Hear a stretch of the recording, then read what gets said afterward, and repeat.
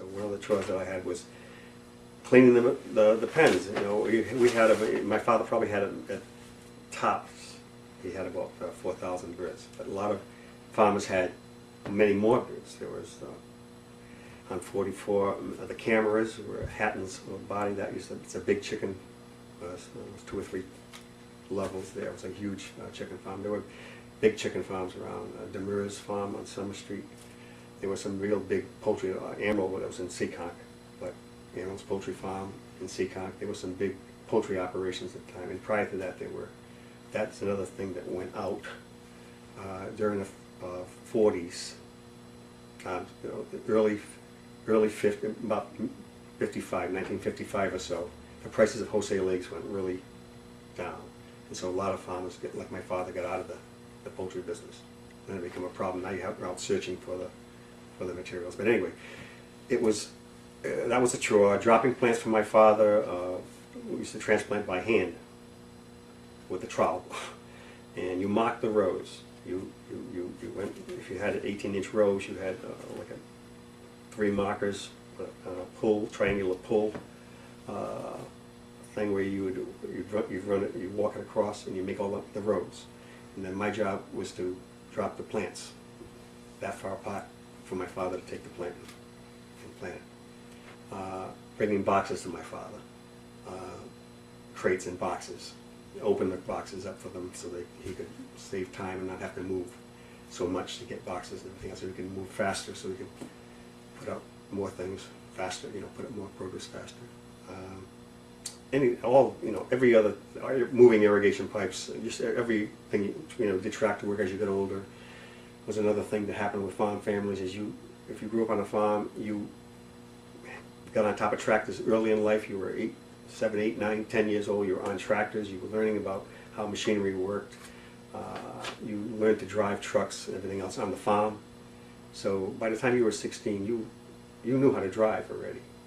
I got my license at 16. You can't even get your license at 16, I don't think, anymore. But in those days, you could get your license at 16. I've been driving on the roads ever since.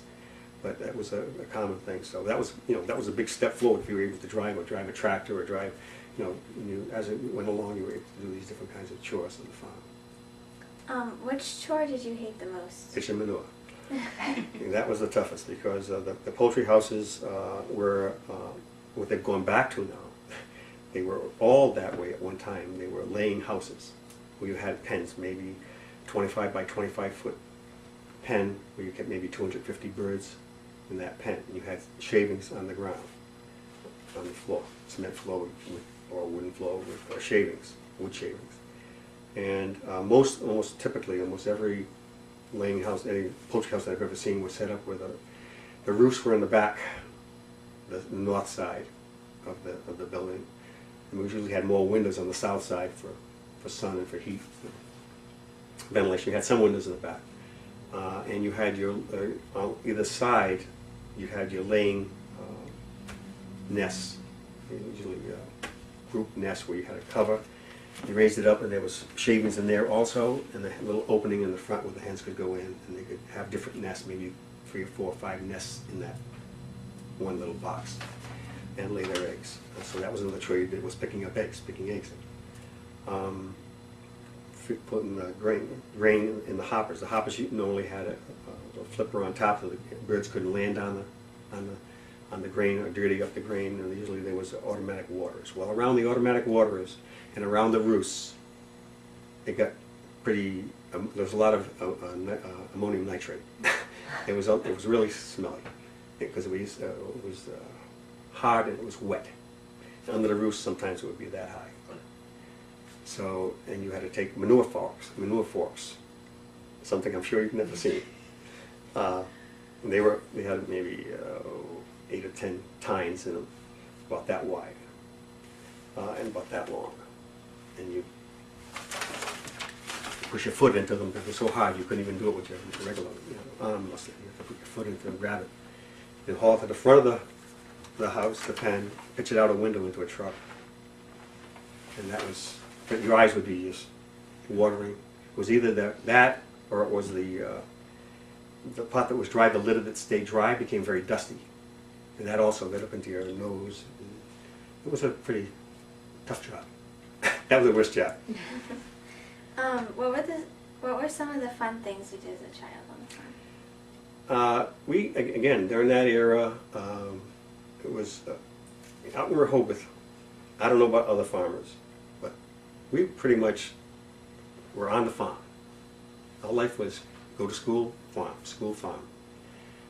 Walter Monroe has been interviewing this, and I know we talked, and he said, I never knew what South Rehoboth was, and I never knew what North Rehoboth was. When you were a kid growing up on the farm, you never saw the other side of Rehoboth. You never saw North Rehoboth. You never got past 44. I mean, it was until you got to high school that you started that. And so I know my cousins, when they lived in Swansea, they were able to play sandlot, football. They played baseball and different kinds of games because already Swansea was started becoming more suburban. There were less farms. There was different makeup of people. But out in South Rehoboth, it was almost all farms. Almost everybody was on the farm. Everybody stayed on the farm. So things you did were, in the summertime, when it was hot, you went swimming in the middle. You went swimming in the Palmer River. You went swimming where I used to go swimming where the Shad Factory Conservation Area is on Water Street. Because our farm was right up. We walk there and go swimming. There's a bend in the river there that was pretty good. A few leeches in the river, but I mean, other than that, it was pretty good to go swimming there. It was cold. It was on the hot days.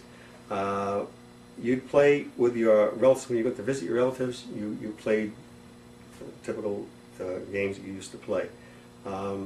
We used to play back then. There used to be.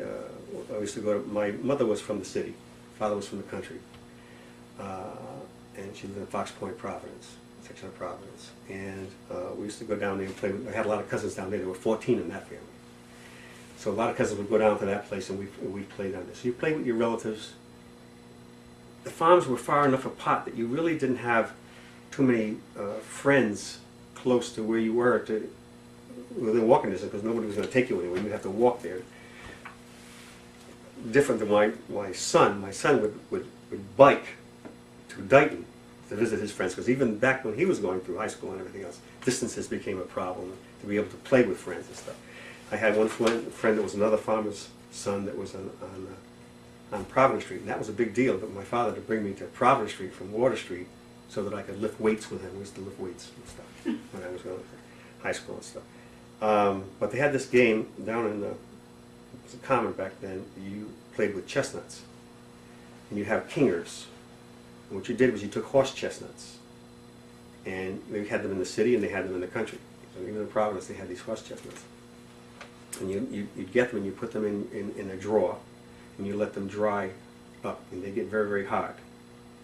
The skin on and everything, they just shrivel up. The skin would shrivel. They were plump when you shuck them. You have to take the outside core out of the horse chestnut. I don't know if you've ever seen how a horse chestnut is. It's a very spiky shell they have on it. You take that off, and then inside.